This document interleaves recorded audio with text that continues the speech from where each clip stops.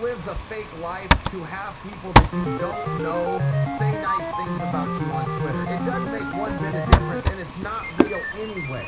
Go out and make TV. Help the series and the people that brought you in and hired you. Help them be a success so that the show does well, wins the night, does well in the ratings, and has another season. That's what you're hired to do. But there wasn't one person on that show, aside from me, that understood that concept, that, hey, we're working for somebody else here. Now, do your own thing, get yourself over, promote your brand how you want. Just make sure you're cognizant that we are making TV. That's what we're brought in here to do. And that concept that I just said for you, Joel, was lost on all of them. And any of them that hear this still aren't going to get it. There wasn't one of them down there that understood this isn't real. This is a ratings push, so let's go out and get them. I will tell you this, and again, it's based on the 2 episodes that I have now watched, is Lisa Leslie had the best summation of what happened. She said, when you cut that cord, she said, I didn't see it happen. All I seen was the power went out, the cord was cut, and he's holding scissors. It's kind of like somebody just got stabbed. There's a knife, there's a bloody person, there's only 2 people, you stabbed that guy. Yeah, I thought that was, she said it way better than that, but that was really, really funny. So yeah, the numbers are down, man. I wish the show up, but maybe they should have kept Ocho on going on. Yeah, well, and you never know. You never do know how to do that. It's like, again, I'll use Brooke, and I'm throwing some mud at her, but there is a lesson to be learned there. And Brooke was a wonderful person, but it doesn't change the fact that she offers nothing, zero. Not one human being is tuning into that show because Brooke's, I got to see what Brooke's going to do next. None. She's a total dud on there, and it's so obvious that, she's much like Lisa. She just doesn't want anyone to say anything bad about her, even a person she doesn't know from halfway across the world in 140 characters on Twitter.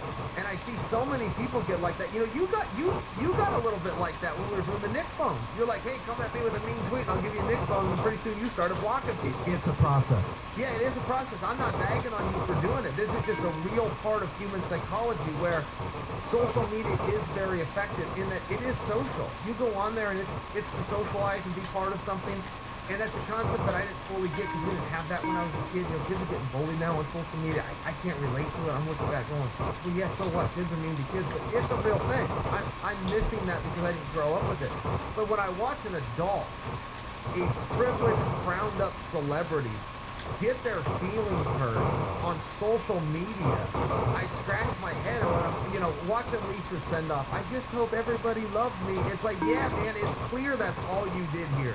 You put up a fake front to be as nice as you fakely could, to have fake people that aren't really in your lives say something nice about you. It's like, man, it's just ridiculous. Then you get a real person like Layla. Layla's as real as they get. Like her or don't like her, most people do. Can you tell the jacket story? On Layla's coat? Yeah. I'll hit Layla right in the body. I told her I'll give her a body shot. Tell that whole story because it's a good story. Yeah, well, I don't know if I can make it a good story or not, but I mean, if you see me, Layla had a coat, okay? It was one of the most badass jackets I've ever seen, and I wanted it for Miss Britain. I'm like, I'll buy 5 of those right now. My wife needs to have that jacket.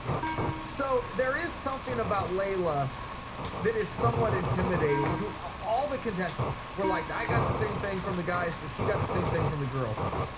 And so I sent John Lovitz over to find out where she got the coat.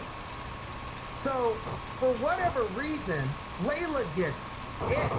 She is red hot that I sent Lovitz over. Why wouldn't you ask me? Why wouldn't you ask me yourself? You want this coat? You come and ask me. She goes off on me for having. I told Lovitz, I said, hey, I like that jacket. Ask Layla. We were separated in 2 lines, and Lovitz was in the Layla line. I was in a different line. So it's like, hey, John, when you go over to your line, ask her where she got that coat. Something about me sending Lovitz over to ask her that question sets her off. So I said, I'll take your coat. You think I'm scared to ask you where you I'll take your coat. You set the coat down, it becomes my coat. She's like, I've had this jacket 14 years. I don't even know where I got this jacket. You think you're going to, she said to me, you think you're going to gangster my jacket? said, I'll drop you with a body shot right now. I don't know who you're puffing up to. She said, why don't you try to do it? So it's back and forth, but it formed a friendship. Like, I'll reach out to her this day and send her a text that just simply says, where's my coat? Well, what you said during the shooting, you were like, man, I don't know if she knows this is a gimmick. I'm not going to hit her with a body shot. I just like the coat. I want her to go buy one. I didn't want to take her jacket, but if she's going to take it, she said, you're going to try to gangster my jacket, which is a funny line. But yeah, I'll take your jacket. You said she stayed in character the whole time. You didn't know if she ever knew it was a joke. Well, she did it off camera. We were off camera. There was no mics, no cameras around, and she storms into the makeup room later. And that's actually when she used the line, you're going to try to gangster my jacket. I've had that jacket 14 years. I said, okay, take it right now. And so yeah, she was in care, but I stayed in it too. And the whole time I was wondering, I wasn't really gonna take that jacket, but I don't know if she knows. I'll still text her this day, where's my coat? Okay, so I asked. She's great. Now I told you I'm telling you right now, Brooke there's nothing there. There's just simply nothing there. There's nothing where you could crown her the winner because you do have to go and battle and fight. She refuses to fight. She'll get in a boardroom and put somebody else over. She'll get in a boardroom and the governor will say, well, how will you do? And she'll turn to Matt Eisen and go, well, Matt was amazing. Matt was so great. She puts Matt over. Said, well, Brooke, if you're putting somebody else over and saying that a subordinate to you did a better job than you did, you make yourself vulnerable, which is not what this process is about. It's every man for himself. There's a bone out there. You got to be a dog and go out there and get it. And I'm watching her on the show, and yeah, the ratings did dip, but I mean, I'm pulling for the show 100%, and I think it's a very good show. I want the ratings to do high, so yeah, I do pay attention to that, and the numbers are the numbers, and yeah, it went down, but some of it, I'm looking at go, well, yeah, you let Brooke stick around. Brooke offered nothing, zero, to this entire process, and I'm not even sure she understands what it is. Well, you need to clarify that. You think Brooke doesn't win. Let's not have you shoot for $1 billion. Yeah, no, well, how do I get to what I'm wrong on this? But I mean, I'm just telling you. She doesn't win. Yeah, well, I'm guaranteeing it. She can't win. She shouldn't still be around. Now, she hasn't done anything to get fired either, but she just is offering nothing to the process. So I think your original point was to put me over and go, well, you left and now the ratings are down. And the reality is, one probably has nothing to do with the other. But I did leave the ratings to go down, so I'll wear that crown a little bit. But you do look at it, you've got what you've got. You fire people, you hope for the best. But I'm looking at it, and there's politics involved there. And I'm looking at it, I'm just going, man, she's offering nothing. She should be gone. And the show does hurt when you have the wrong people that are in there. You've got a person on there who cannot win this. She has conceded in the boardroom a number of times to Matt that Matt is better than her. Well, if you're telling me Matt's better than you and I'm making the decision, I have to take you at your word, which means Matt has to beat you, which means you can't win. You're not moving the range. You're doing nothing that's interesting. You're kissing every ass that you can. To watch the girls go into that boardroom and flirt with Governor Schwarzenegger is sickening to me.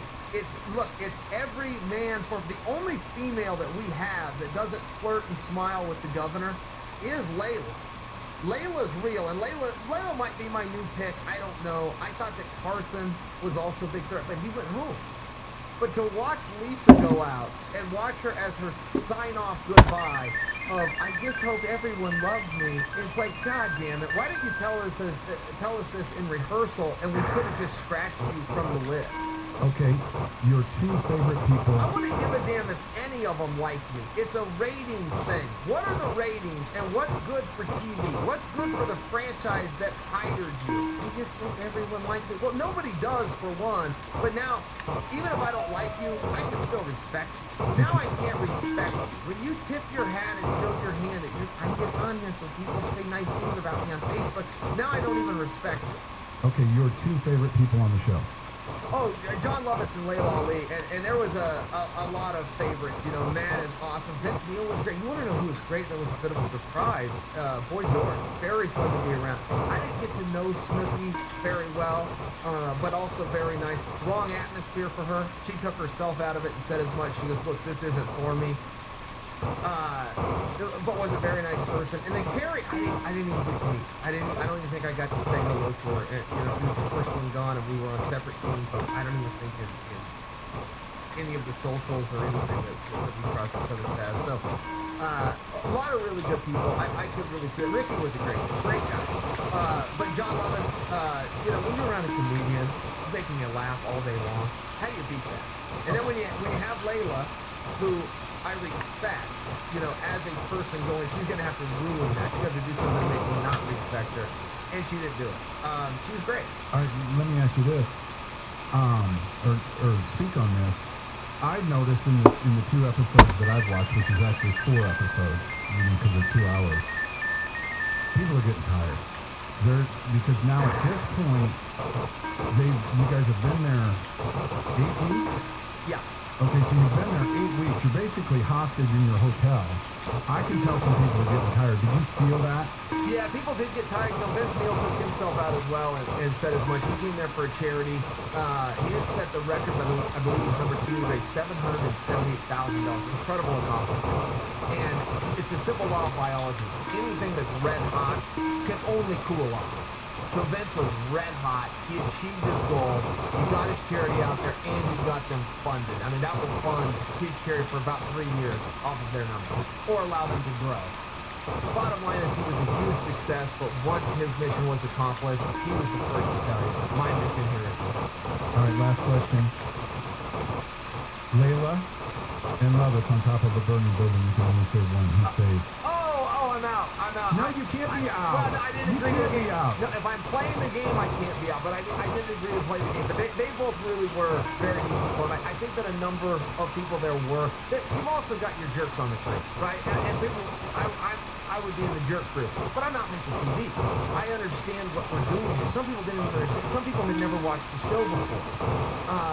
That was very aggravating. There's a gal that was on the show that had been on Little House on the Prairie. I'm trying to think of her name, but she's also on some smutty reality show now. She was a very nice gal. Kylie Jenner on the show. Kyle Richards is her name. Kyle Richards was on the show. Very nice person. But she had never watched it. And she said as much, and she thought that was funny. She thought that was a selling feature. And I'm going, Kyle, this is a game, but it's a competition that we've all agreed to. We all have to be here to try to win. If you're telling us you didn't do your research, I didn't have to do anything because I just happened to watch this show. It's one of the few shows I watched, but I happened to watch it and just enjoyed it. But even if I had, once I'm a contestant, a participant in some kind of a contest where they are keeping score, there is going to be a winner. I'm going to go do my homework. I'm going to train, if you will. I'm going to prepare. She didn't go out and prepare. I thought that was a little bit disappointing. Again, it doesn't come back down to who's loved. It comes back, look, here's the thing, Joel. And every human being that's listening to this needs to ask themselves this. Are you living your life to be liked, or are you living your life to be respected? Because there's a huge difference. You need to live to be respected. You need to make tough choices and tough decisions that are the right ones, that get you respect. When I have a contestant, I can say a million nice things about them. I can't say that I respect them. When you come on a show and your gimmick is to let everybody know, I have never seen this, how does this work? I just lost respect for you. And, that was the thing with a lot of the contestants. And a lot of celebrities you will meet in real life, you will be nothing but disappointed. They're out of touch. They don't get... You see them weighing in on their politics. Their politics are always off the board, too. They're totally out of touch. But when you're really rich and you've got your own security and you're flying around on private planes, you don't really have to worry about everyday problems. And they become extremely out of touch. And when that rubs off and you meet someone like that, it's really disheartening. And, the governor Schwarzenegger, talk about life versus respect. Everybody respected him, myself included. He was a hard worker. He was the first one there. He was a man of his word. He told you news, even news you didn't want, by looking you in the eye and telling it to you straight. Nothing behind your back. And everybody respected him. And the contestants, again, particularly the females. And Brooke is a fine example. You're going to go in there and you're going to flirt with him. You're going to smile and try to make him like you. Like, come on, man. This is bottom feeder stuff. Go in there and fight. Don't have him liking you. Have him respecting you. And if you don't get that concept,